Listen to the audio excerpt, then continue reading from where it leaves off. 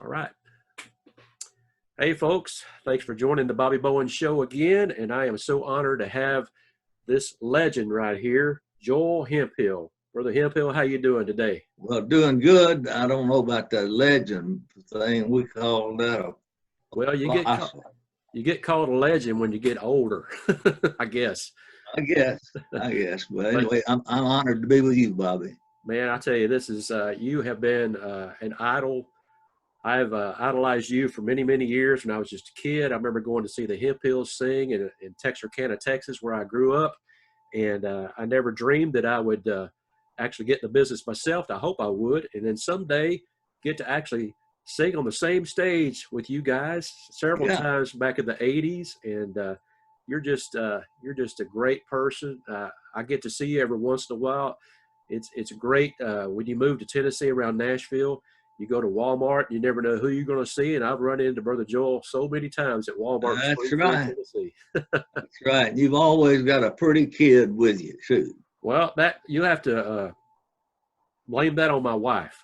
They certainly didn't get their looks from me. Okay. Oh, no, the ones I saw favored you. Well, I appreciate that very much. Good looking kids. Brother Joel, We don't you've get been to meet at Walmart much these days, do we? not much with this quarantine thing going on. I haven't been over there very much at all. I haven't either. But I found out there's a grocery store, one of the bigger ones, that you can call it in and they'll deliver it to your door. So that's we great. let them. That is great right there. Brother Joel, I want to go back to the beginning. If you can remember that far back, well, tell everybody where you were born and what got you wanting to be a singer or a songwriter. What were your influences when you were just real young? Just kind of start from there. Okay. Well, I came from a singing family. Three of my sisters had a radio program singing. And then a financial situation in Louisiana.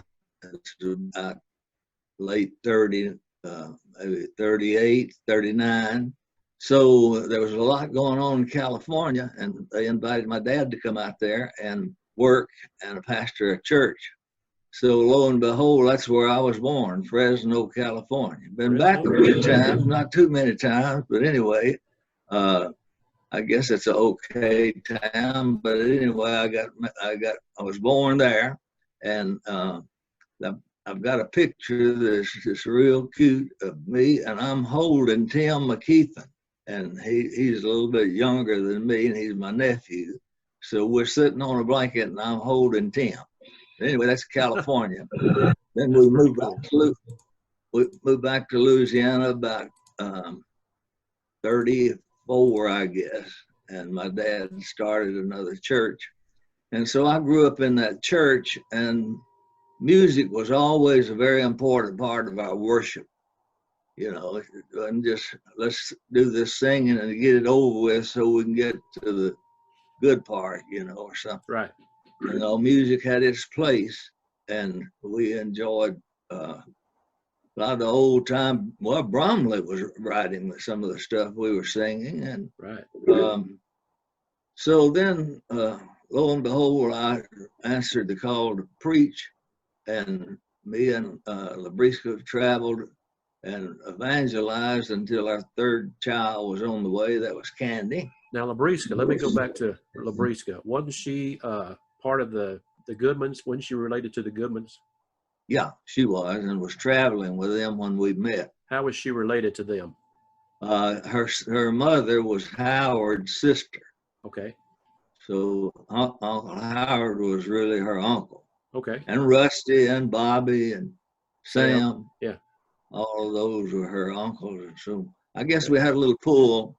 I know the good Lord had a hand in it, but the Goodmans, they had a little pull in it too. Yeah, they did. So, but anyway, it takes the Lord to make it work, and you can struggle all you want to, but if you don't have God behind you, so to speak, Psalm 7:5-6 said, promotion cometh not from the north, east, or west, but promotion cometh from God.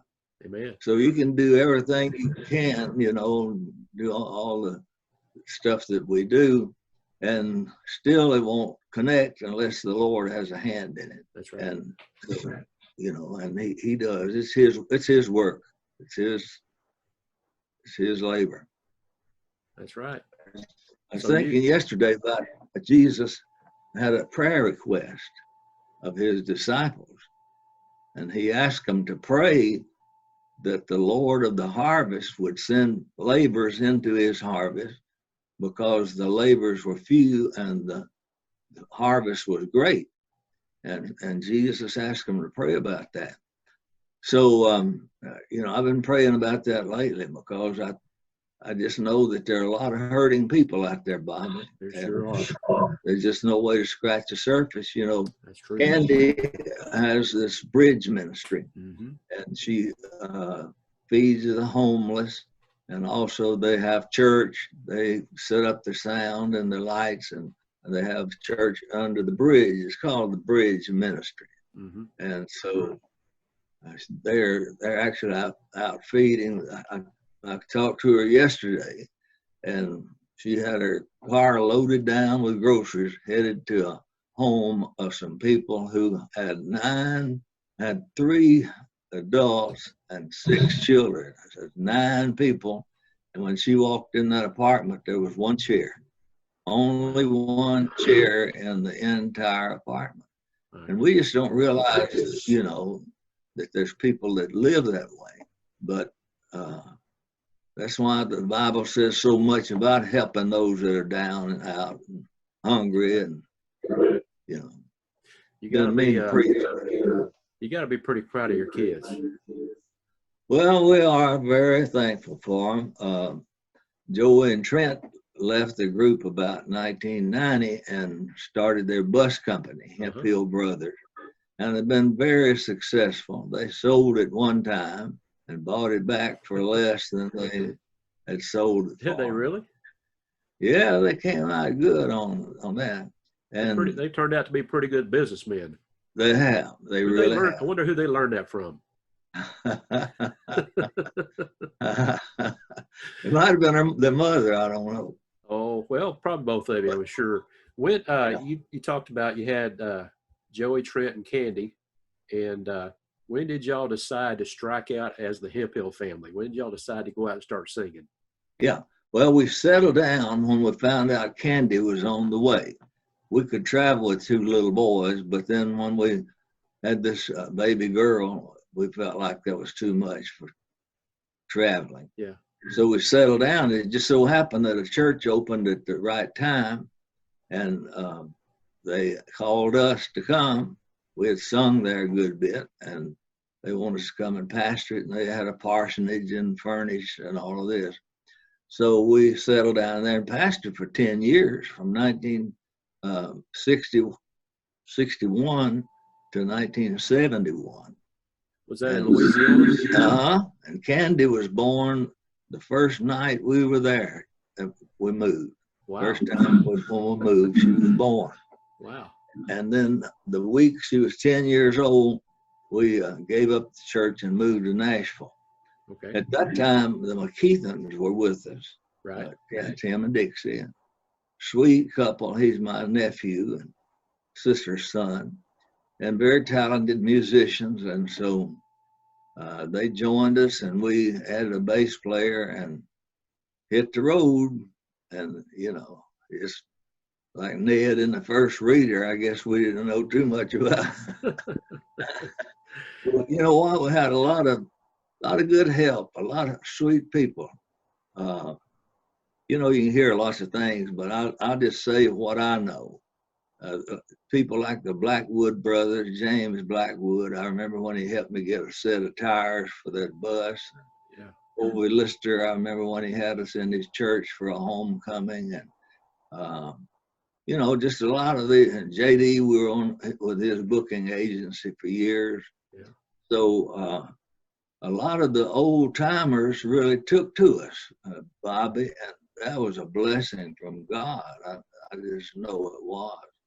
And I don't, we couldn't have been where we were if we hadn't had their their blessings and their backing, because Right. you know, they were journeymen in this thing. You know. Well, I can kind of say the same thing when you know, when I was with Mid South, uh, it was always you, Rex Nealon, Glenn Payne, and George Yance were always encouraging us, you know, and saying, "We love what you do. Y'all keep it up. You know, don't worry about what people think about you. Y'all do what you feel like you need to do." And y'all are always there to encourage us, and I really appreciate that. Well, I'm glad, Bobby. You know, I think the Lord in the Word says something similar to, "We're comforted by the same comfort that we comfort others with." Right. We've already been comforted. We find somebody in a similar situation, and we can comfort them, you know, in whatever they're going through. Right. Because there's lots of obstacles out there, and late night traveling on that bus. And Oh man. that I remember one time we were in this side of Indianapolis on Interstate 65. Came up a big snowstorm, and our bus went sliding right out in the median, you know, between the interstates. Right. And man, I was thinking, how in the world am I going to get this? About that time, a big tractor trailer outfit missed us about 2 feet and came and stopped and kind of blocked the nose of our bus. Well, it wasn't but just a few minutes till a wrecker guy came, and he said, "Sir, I'm going to have to move your bus so I can move this truck. He's paying me and you don't have to pay me." So, Wow. you know, the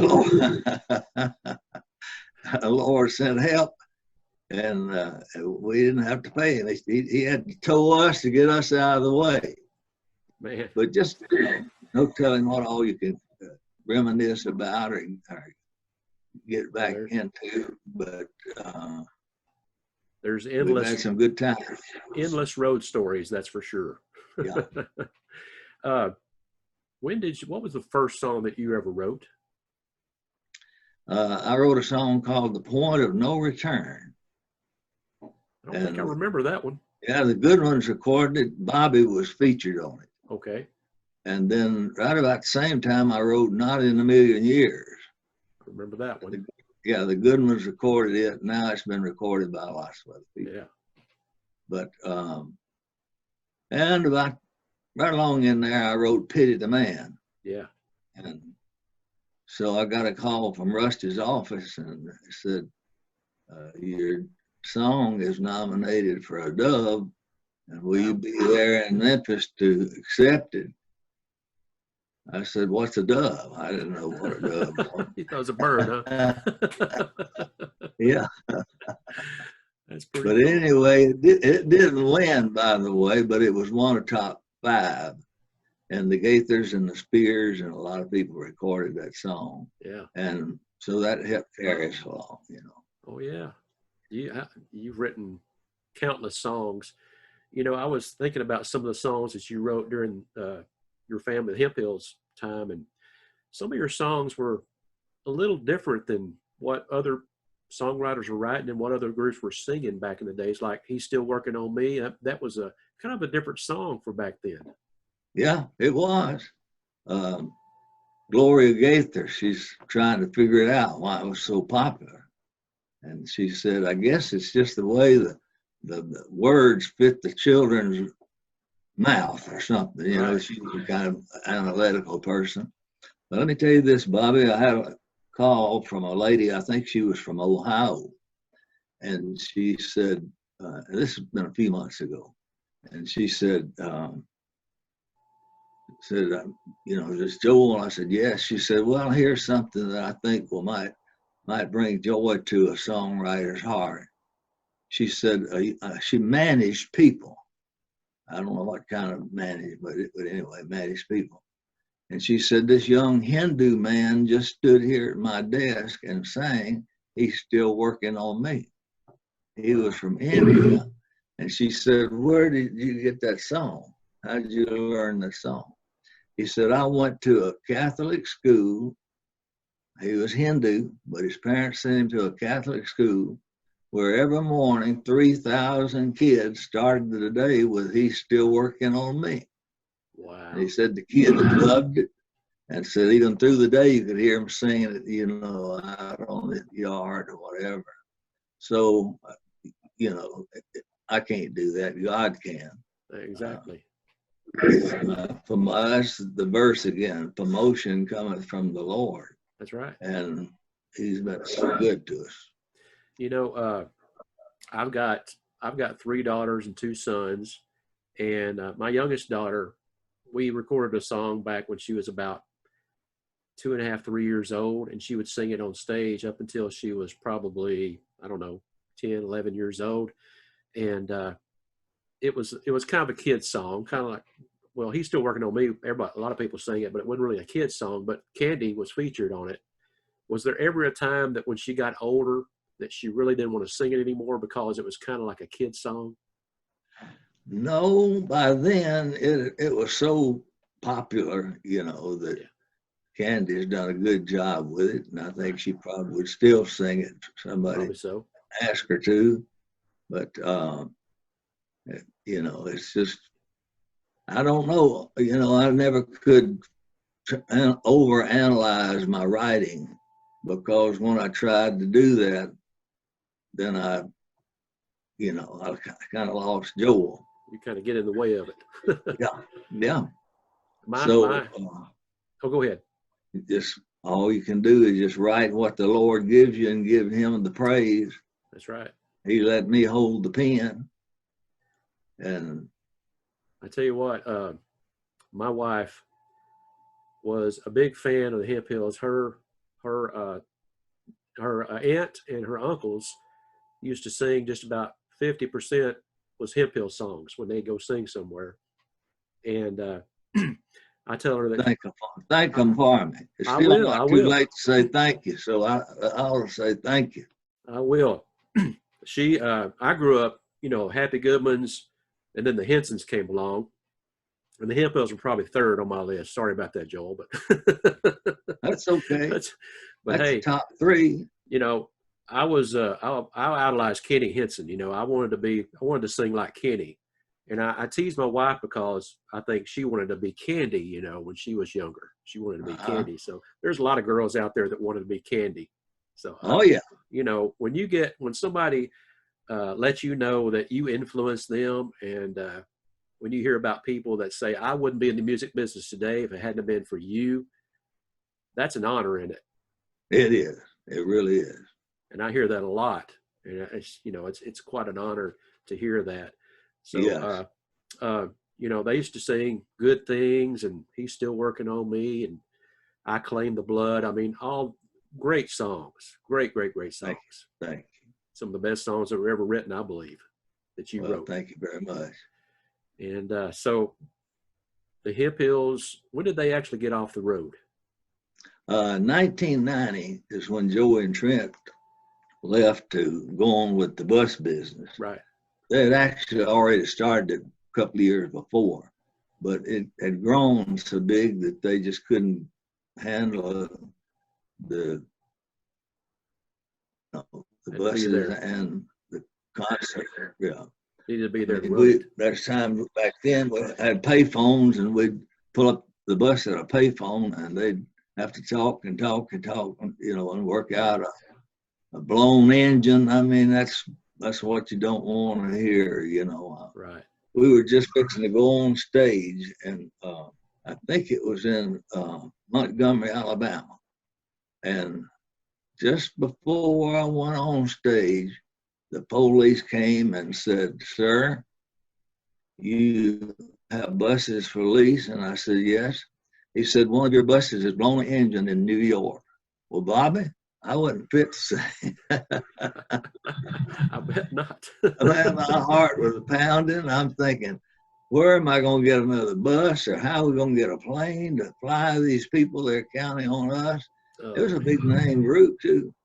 But anyway, I cooled it down and went on through it and had a good concert. And then we dealt with that, you know, in its time. Yeah. But, you know, it's not easy to be way off somewhere when you have a major breakdown. Right. Joe and Trent have a man now that he's their troubleshooter. And if they have a breakdown somewhere, California, he'll get on a plane and fly out there and fix what he can. And he's a real good mechanic. So when y'all decided it was time to get off the road, I guess that was hard. It was hard to do, right? It was. It really was. I mean, we worked a long time to get to where we were. And then it was almost like starting over. And we hired David Hall. I don't know if you remember David Hall. I do remember. Yeah. And we had a trio then. Candy settled down and went into the evangelistic work with Kent, her husband. Uh-huh.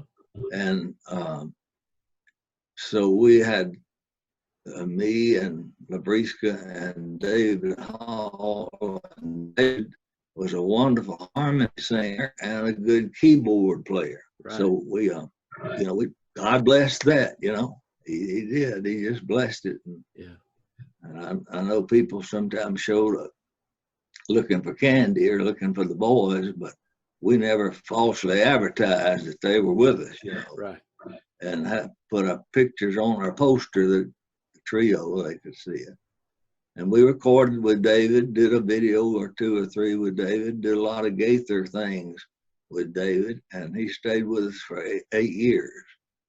And wow. Just a very dedicated man of God. That's pretty awesome. So you lost LaBreeska a few years ago. True. And but you remarried, didn't you? I did.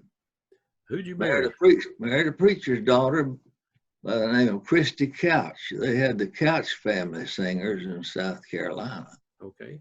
And y'all might have sung with them somewhere along the way. We did. Yeah.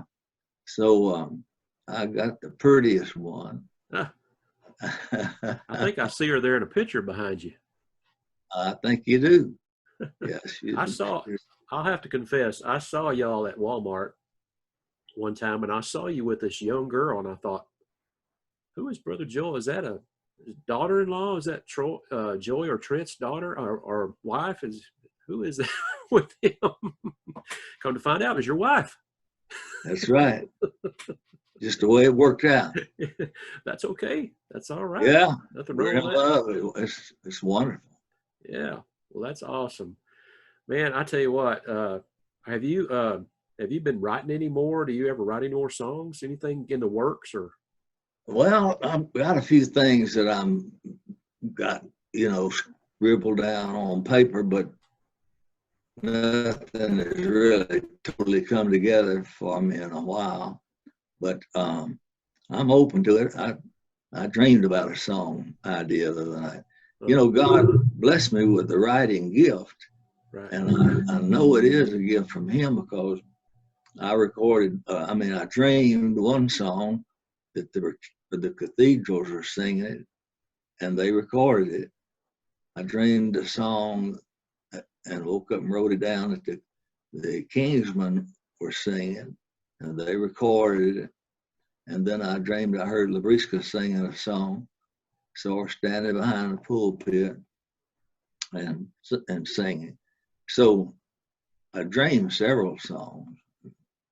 Had an occasion to be with Randy Travis,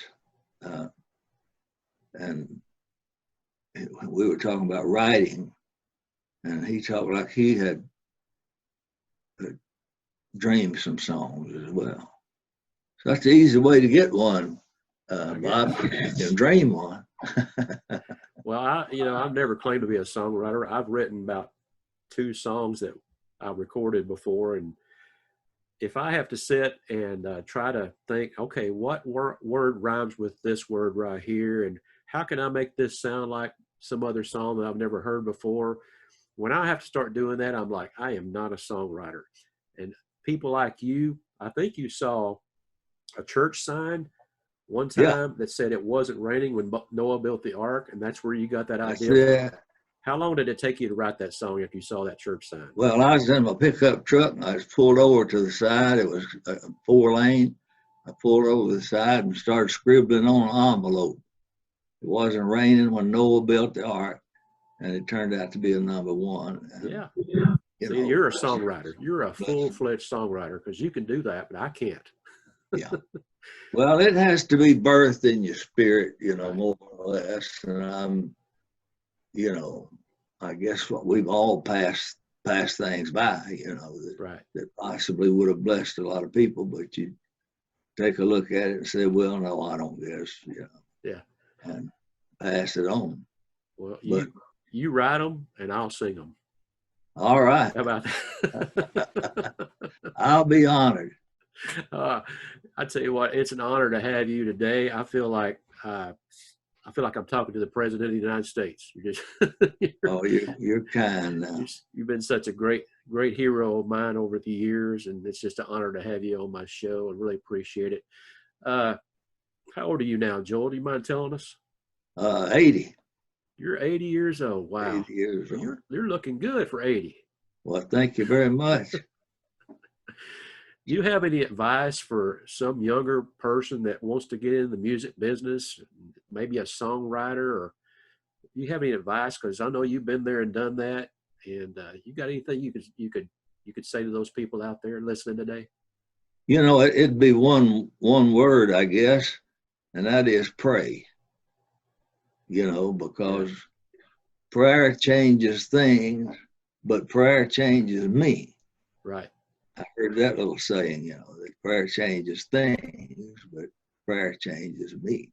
So, by spending a good bit of time in prayer, and that doesn't mean you got to just go around praying all the time, but have some set times to pray and talk to the Lord. And I think, that's one of the best things that you can do.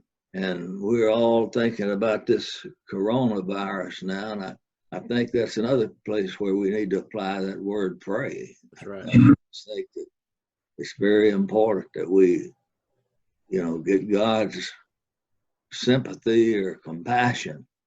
Right. And prayer does that. That's right. Well, that's awesome. I can't wait to see you again at Walmart, brother. All right. I'll be glad when they open again. Yeah, I really appreciate you doing this for me. I really do. Well, thank you, Bobby. Thank you for asking. And I love you. I love your family. Keep on. Just keep on. We're going to keep on. That's on my advice. Press on. That's right.